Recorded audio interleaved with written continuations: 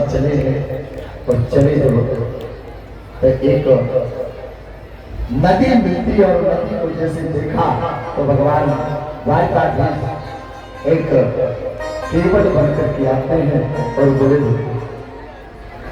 बैठो भैया, बैठान करके पार किया है। भगवान एक वृक्ष की छांव में आज सुदामा जी के लिए थोड़ी विश्राम करते हैं और जैसे विश्राम करते हैं तो आज द्वारका एक बार पर अपने आप को देखते हैं। बोले द्वारकाधीश महाराज की जय। और जैसे ही द्वारकाधीश महाराज की जय सुनी, आज द्वार पर जो खड़े थे उनसे जाकर के पूछा है, जो भैया ये कौन सी नगरी है? तो गुजरात में क्या कहते हैं? है कुछ छह बोलते हैं। क्या बोलते हैं? है को छह बोलते हैं। तो उन्होंने कहा द्वारपालों ने, बोले द्वारकापुरी छह। तो अब सुदामा जी ने सोचा कि हम तो एक द्वारकापुरी आए थे, यहाँ पे छह द्वारकापुरी कहाँ से आ गई? बोले भैया यूं बताओ कि कन्हैया को जानो का? बोले कौन सा कन्हैया? बोले जो ये द्वारिका के राजा है। बोले द्वारिका के राजा श्री कृष्ण। मतलब अनेक उपाधि लगा करके उन्होंने बताया। अनंत स्त्री रोशन महाराज श्री अनंत श्री द्वारकाधीश श्री कृष्णचंद्र महाराज। अनेक उपाधियां लगा करके जब उन्होंने बताया तो बोले भैया बाकमैया की बात कर रहे, जो बचपन में मन ही मन सोचने लगे, जो बचपन में चोरी करते हो वो आज द्वारकाधीश बन गए हो। तो कहा कृष्ण ये भी हो याद करेगा कि नहीं करेगा? और आज जाकर के द्वारपाल ने भगवान कृष्ण को बताया है। क्या बताया? बोले शीश पगा न झगा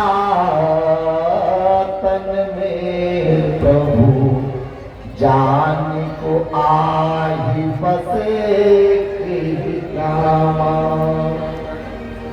होती फटी सी लगी दुपट्टी पायल पान की नहीं साम। द्वार खड़ो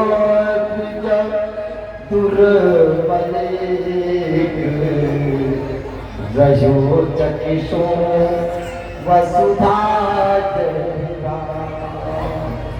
पूछत दीन दयाल को नाम, बतावत आपन नाम सुदामा। अब सुदामा कैसे चुना? अरे सुदामा, एक पीढ़ी, दो पीढ़ी, तीन पीढ़ी, ऐसे 7 पीढ़ियों को पार करते हुए भगवान आज दौड़ लगाई। अब अपनी आज पटरानी जो करीब भी आए में साफ दौड़ पड़ी, परंतु आज जो पुत्र मौत सब खड़े हुए दिशार दौड़ पड़े। आज भगवान श्री द्वारिका के राजा द्वारकाधीश श्री कृष्ण को क्या हो गया? कौन सा ऐसा ब्राह्मण आया जिसकी मिलन के लिए ऐसे दौड़ रहे हैं जैसे एक भक्त और भक्त एक भगवान के लिए दौड़ता है। आज भगवान को ही भक्त के लिए दौड़ते हुए देख रहे हैं। और जैसे दरबारी में पहुंचे हैं तो आज सुदामा को जान करके अपने अंकों से लगा दिया। बाहर सुदामा, तुझे आज तक मेरी याद नहीं आई। अरे तेरे को जब इतना कष्ट था तो तू एक बार तो सोच लेता कि मेरा मित्र द्वारका का राजा है, द्वारका का महाराजा है, द्वारकाधीश को याद कर दे। आज भगवान अंदर लेकर के गए हैं और भगवान ने अपना आसन सुदामा के लिए प्रदान किया है। और जैसे सुदामा के लिए एक सुंदर अपना आसन प्रदान किया और आज रुक्मणी आदि पटरानियों के लिए, रानियों के लिए आदेश दिया, जाकर के जल ले आओ, मैं सुदामा के पादप प्रक्षालन करूंगा, चरण धूलूंगा। और जैसे रुक्मणी आदि रानिया जो है तो पात्र ढूंढने के लिए गई, तो यहाँ क्या हुआ, ऐसे बेहाल बीमारी जैसे दिखी। तो आज भगवान अपने आप को रोक नहीं सके, ऐसे बेहाल बीमारी सो पग कंटक जाल लगे हाय महादुख पायो सखा तुम आए ते न किते दिन खोए।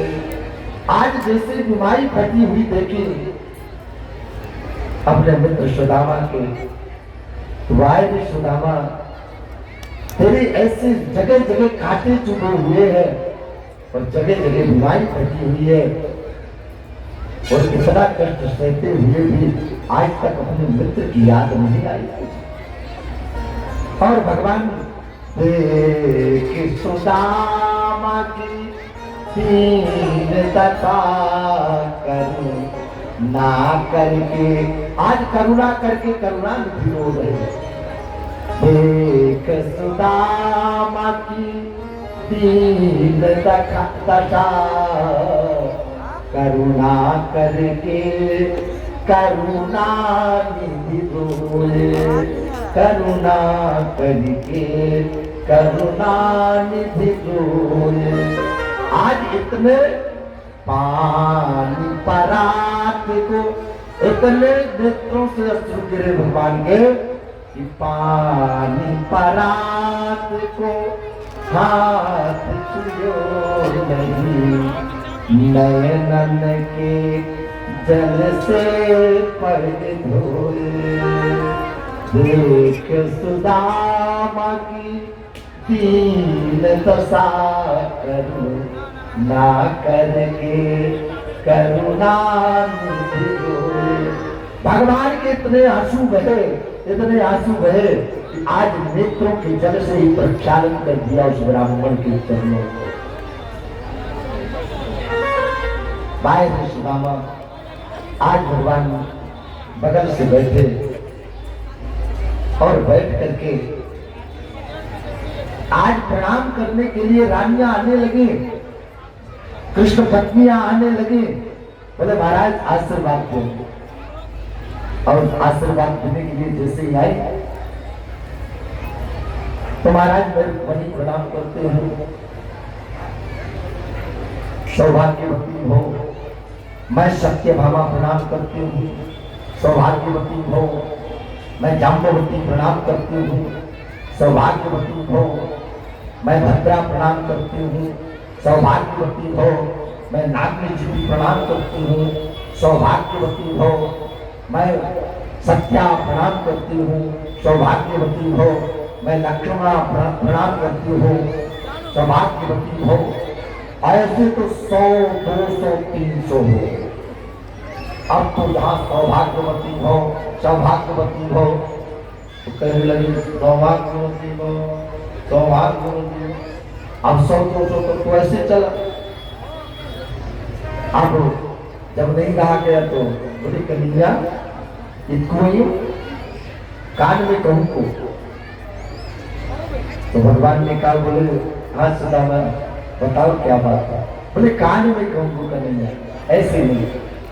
और कान में कहते हैं अभी और कितनी है। तो बोले अभी तो कछु नाय नहीं। बोली कितनी है। बोले 16,108 है। तो कन्हैया मेरी तो हिम्मत इतनी है ना जो सबन को आशीर्वाद दे सको। आए कि तू हमको प्रणाम कर ले, हम तेरे आशीर्वाद दे देंगे तो सब आपकी पत्नियां आशीर्वाद आपकी पत्नियों तक पहुंच जाएगा। क्या समस्त पत्नियां पा जाएंगी।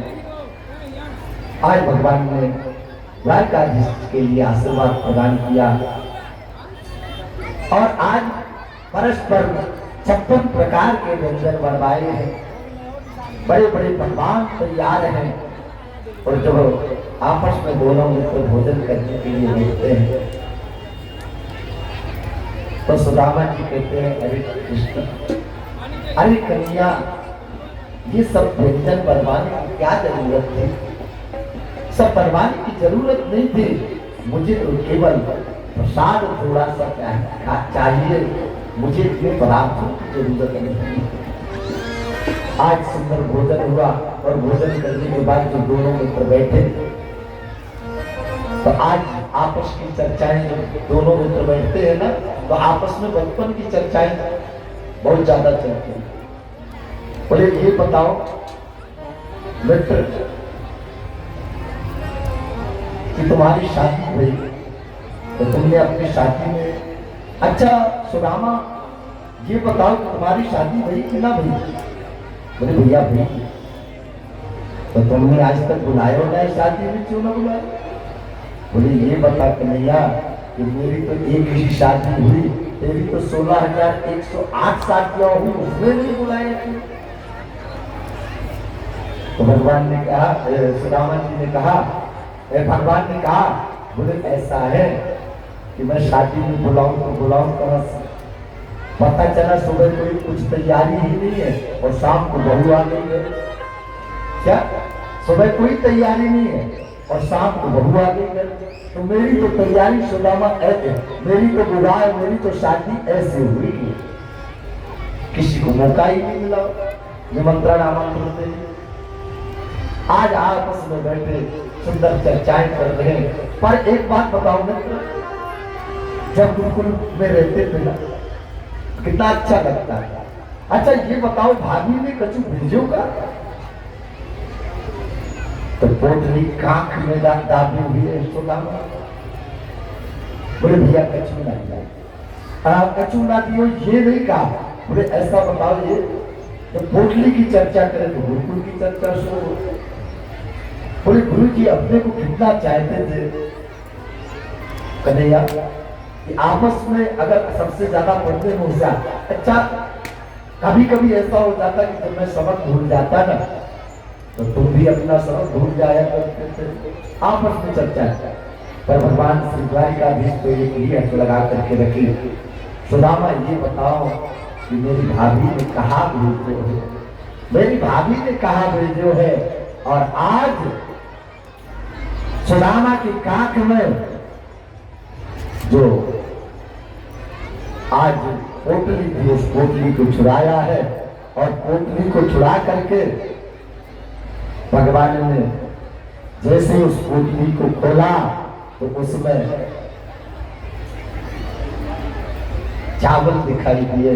और एक जैसे चावल नहीं, अलग अलग से चावल जब दिखाई दिए तो भगवान समझ गए।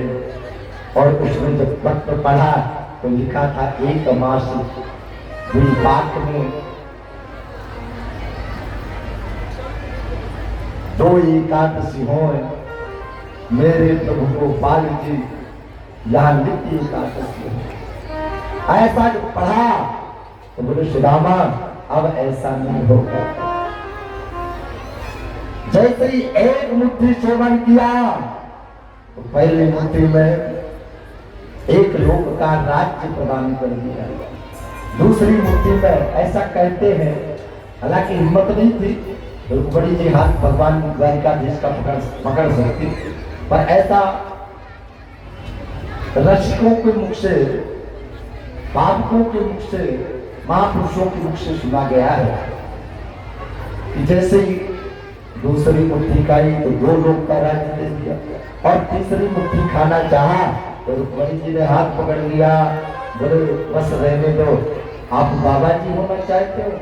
अरे इस ब्राह्मण को आप लिए दे रहे हो, जिस ब्राह्मण ने आपके सीने पर, छाती पर पादप प्रहार किया था, उस ब्राह्मण को आप जो ये 3 मुट्ठी चावल के बदले समस्त त्रैलोक का ऐश्वर्य प्रदान करना चाहते हैं।